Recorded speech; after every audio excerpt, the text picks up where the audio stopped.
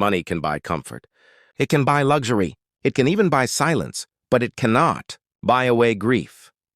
In the heart of New Haven City, there stood a skyscraper with glass walls that touched the clouds. At the very top, on the penthouse floor, lived Victor Reynolds. To the world, he was a legend. The man who turned a small manufacturing company into an empire of technology and real estate. A billionaire whose name made headlines every time he entered a boardroom.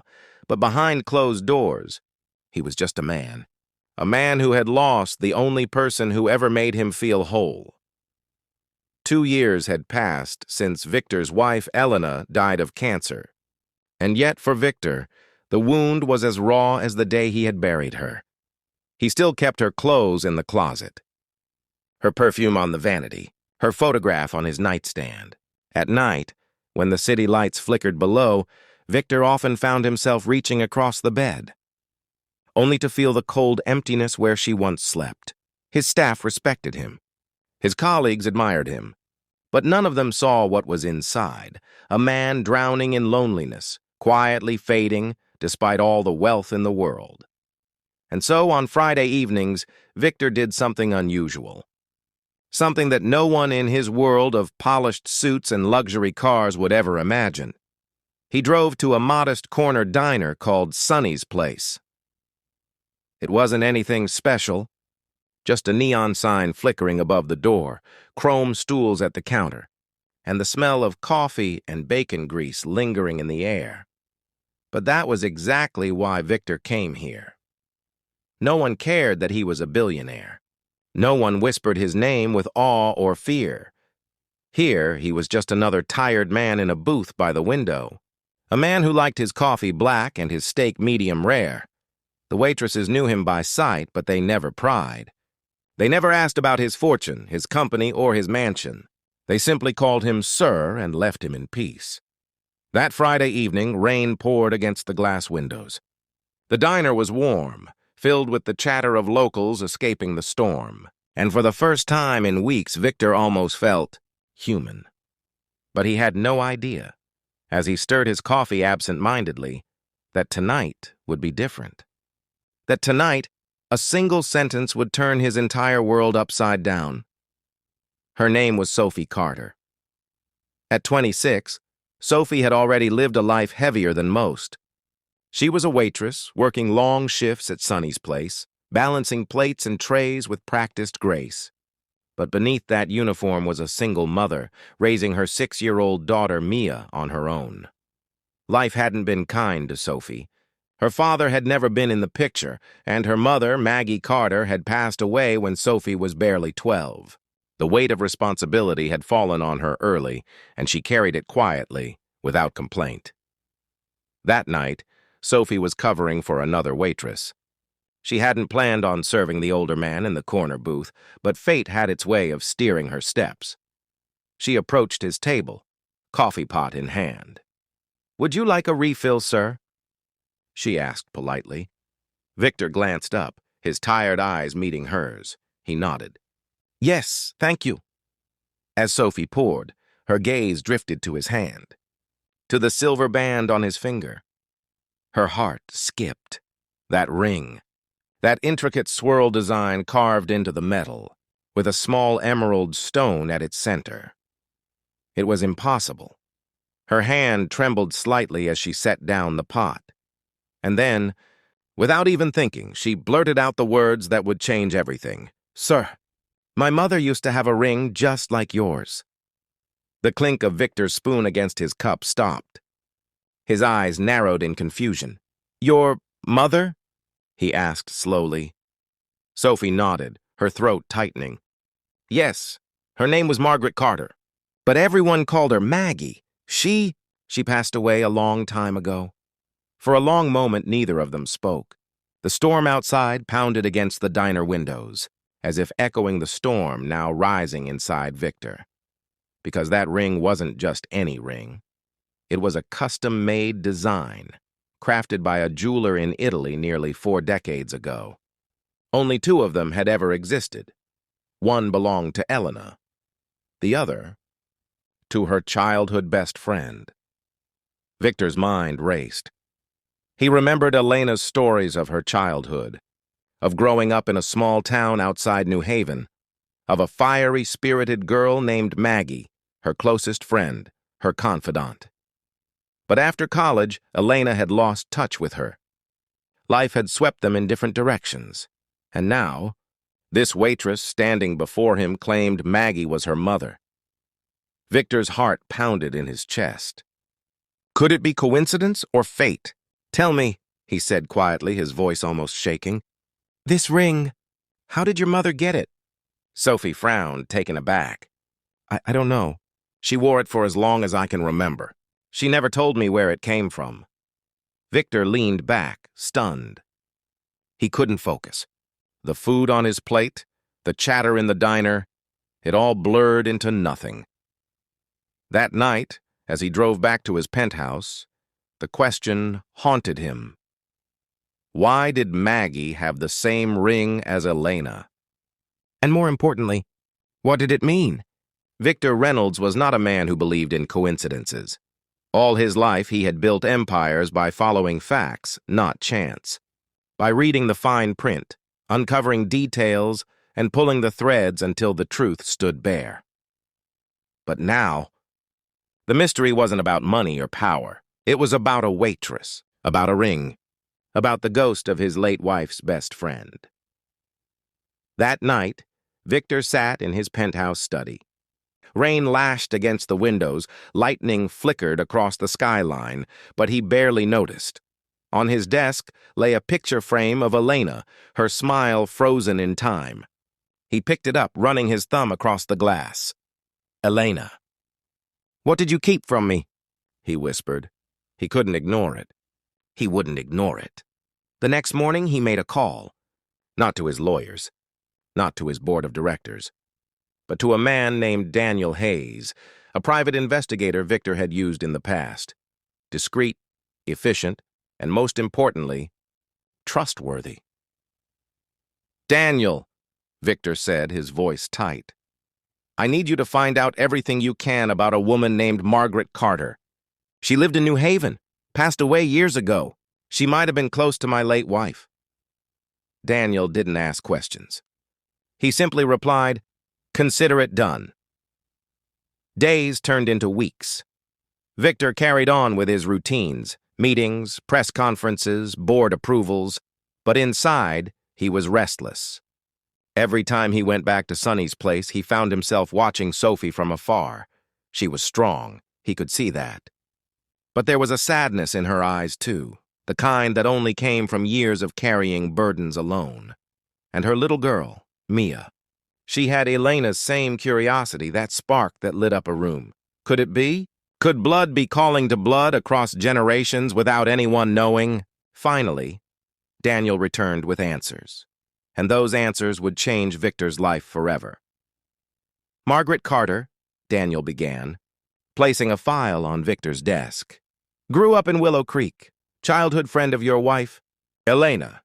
They were inseparable through school, even shared a dorm in college. But after Elena married you, they drifted apart." Victor listened, his chest tightening. Daniel continued.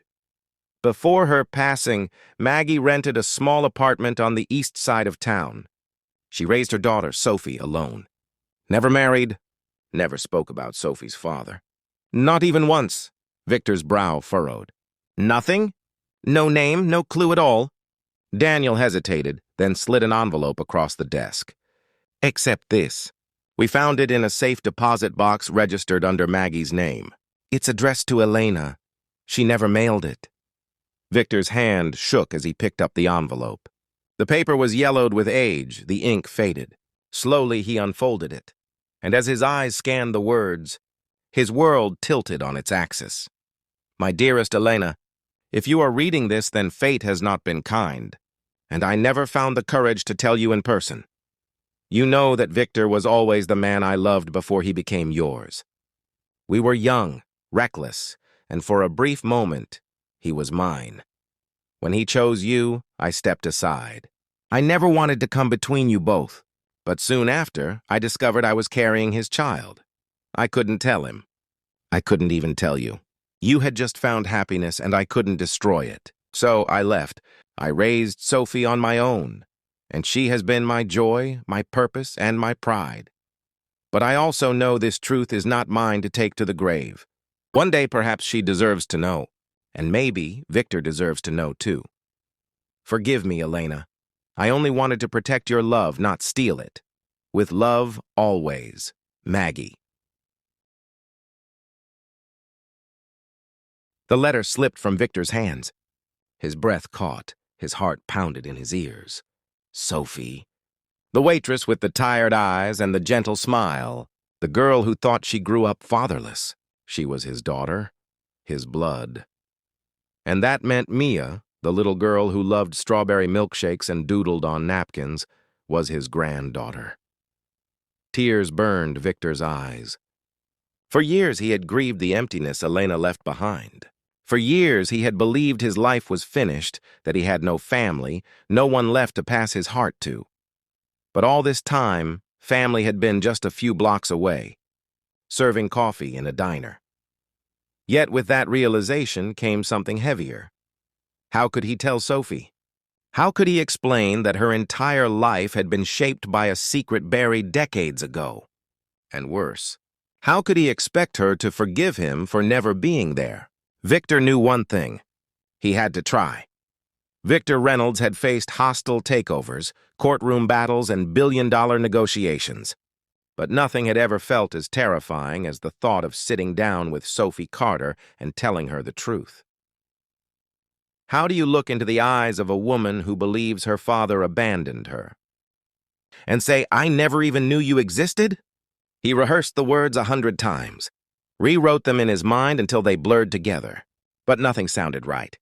Nothing could soften the blow. Finally, one quiet evening, he walked into Sonny's place, holding the letter in his hand. Sophie was wiping down the counter, her hair pulled back, exhaustion written all over her face. She gave him a polite smile. "The usual, sir?" Victor's throat tightened. He shook his head. "Not tonight. I need to talk to you, privately." Her brows furrowed. "About what?" He hesitated, then slid the letter across the counter. "About your mother, and about me." Sophie frowned, picking up the envelope. Her hands trembled as she unfolded the paper. The moment her eyes scanned the words, her expression shifted from confusion to shock to anger. She slammed the letter down. Her voice shook with fury. "You expect me to believe this? That after all these years, suddenly you show up and claim to be my father? Where were you when she was sick? When she was struggling to feed me? When I cried myself to sleep because I didn't have a dad like other kids?" Victor's heart broke. "Sophie, I swear, I didn't know." "Maggie never told me. I never would have abandoned you." But Sophie's eyes burned with years of hurt. "You had everything," she spat. "Money, power, a mansion in the sky. And my mother had nothing. She scrubbed floors to keep us alive while you lived like a king." Her voice cracked. "I don't want your money. I don't want your pity. And I sure as hell don't want you pretending to be my father now." She ripped off her apron and stormed into the back, leaving Victor standing there, the diner buzzing with uncomfortable silence. For the first time in years, the man who could buy anything in the world felt utterly powerless. Days passed. Sophie avoided him completely. She switched shifts at the diner, ignored his calls, and told herself she didn't care. But Sophie wasn't the only one Victor had met at Sonny's place. There was Mia, the bright-eyed 6-year-old with curls that bounced when she laughed, who loved coloring with crayons at the corner booth while her mother worked. Mia hadn't heard the argument that night. All she knew was that the nice man who bought her milkshakes and told her stories hadn't come around in a while. So one Saturday morning, as Sophie folded laundry, Mia looked up with wide, innocent eyes and asked, "Mommy? Where's Grandpa Victor?" The words pierced Sophie like a knife. "He's not your grandpa, sweetie," she said quickly, but Mia tilted her head. "But he makes me laugh. He listens to my stories, and he called me smart. Isn't that what grandpas do?" Sophie's chest tightened. She wanted to be angry. She wanted to protect Mia from disappointment. But children see things differently. They see with their hearts, not with scars. And in Mia's heart, Victor wasn't a billionaire or a stranger. He was just family. A week later, Victor found himself sitting on a park bench, staring at the playground where children ran through puddles left by a recent rain. And then he heard it. "Grandpa Victor!" He turned. Mia was running toward him, her little arms stretched wide. Before he could even stand, she flung herself into his lap. "You disappeared," she scolded. "You said you'd tell me another story." Victor's throat closed. He hugged her gently, overwhelmed. "I'm sorry, sweetheart. I didn't think your mom wanted me around." Mia frowned. "Mommy gets mad sometimes, but she doesn't mean it. You're nice. You're family." Victor's eyes filled with tears. Out of the mouths of children come truths that adults are too afraid to say. From that day, Victor didn't try to push Sophie. He didn't bring lawyers or money or demands. Instead, he showed up, quietly, patiently. He walked Mia to school. He helped her with puzzles. He cheered for her at her school recital, clapping louder than anyone in the room. And though Sophie tried to resist, she saw it too. The way Mia lit up around him. The way Victor's eyes softened as though he had finally found the piece of his soul he didn't know was missing. Slowly, painfully slowly, her anger began to loosen its grip. Trust is like glass. Once broken, it takes time and patience to piece it back together. For weeks, Sophie held her distance. She told herself she was protecting Mia, that letting Victor in would only cause pain later. But the truth? She was afraid. Afraid of believing in a father she had always dreamed of, only to have him walk away. Yet every time she saw Mia's smile around him, every time she caught Victor quietly paying the diner bill but leaving no tip for himself, every time she noticed him slip a coloring book into Mia's hands instead of expensive gifts, her defenses weakened. One evening, Sophie came home from a long shift. She found Mia fast asleep on the couch, clutching a blanket.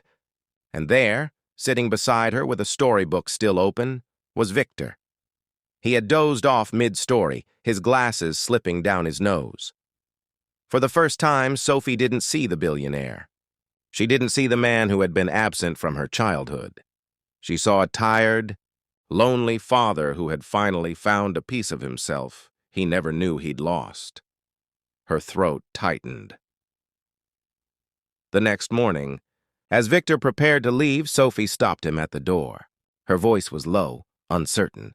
"She's growing attached, you know." Victor nodded slowly. "I know. That's why I tried to stay away at first." Sophie's eyes searched his face. "And if you leave her one day? If you decide we're not worth it?" Victor's voice broke. "Sophie, I lost Elena. I lived 2 years thinking I had nothing left to live for. But then I found you. I found Mia. I swear to you, I'm not going anywhere." Silence stretched between them.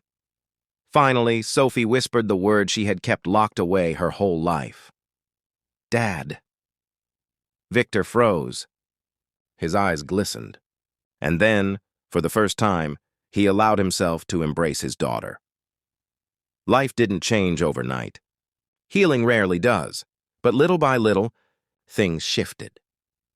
Victor became part of their lives, not as a savior swooping in with money, but as a father and grandfather who showed up. He walked Sophie through her struggles, not fixing them with a pen and a checkbook, but with advice, with presence, with love. And Mia? She proudly told her classmates that her grandpa was the one who never missed a recital, never forgot a birthday, and always cheered the loudest. Still, there was one thing left undone. One tribute Victor knew he had to make. He poured his resources into building something lasting, the Margaret Carter Community Center. A warm, welcoming place for single mothers and children, a sanctuary for those walking the same road Maggie once had. On opening day, the building buzzed with laughter and hope. Walls painted with bright murals, shelves stacked with books, a playground echoing with children's voices. At the center of it all stood Sophie, holding Mia's hand, and Victor by her side. As the ribbon was cut, Victor whispered, his voice trembling, "This is for her, for your mother, for the sacrifices she made that I never knew about. She deserved so much more than the life she had. But through this, her strength will live on." Sophie squeezed his hand. "She'd be proud, Dad." And in that moment, Victor felt something he hadn't in years. Peace. Not the peace that comes from wealth or power, but the peace of knowing he was no longer alone. He had a daughter. A granddaughter, a family. And though life had taken him on a long, winding path of grief and regret, fate had finally led him back to love. Because sometimes, one small remark, a single observation, "My mother had a ring just like yours," can be the spark that changes everything. This was the story of Victor, Sophie and Mia, a story of secrets, of pain, and of second chances. It reminds us that family isn't always lost. It can be found in the most unexpected places. And that redemption, no matter how late, is always possible. If this story touched your heart, please like this video, subscribe for more emotional stories, and share it with someone who still believes in the power of love and forgiveness. Tell me in the comments, do you believe fate has a way of bringing family back together when the time is right?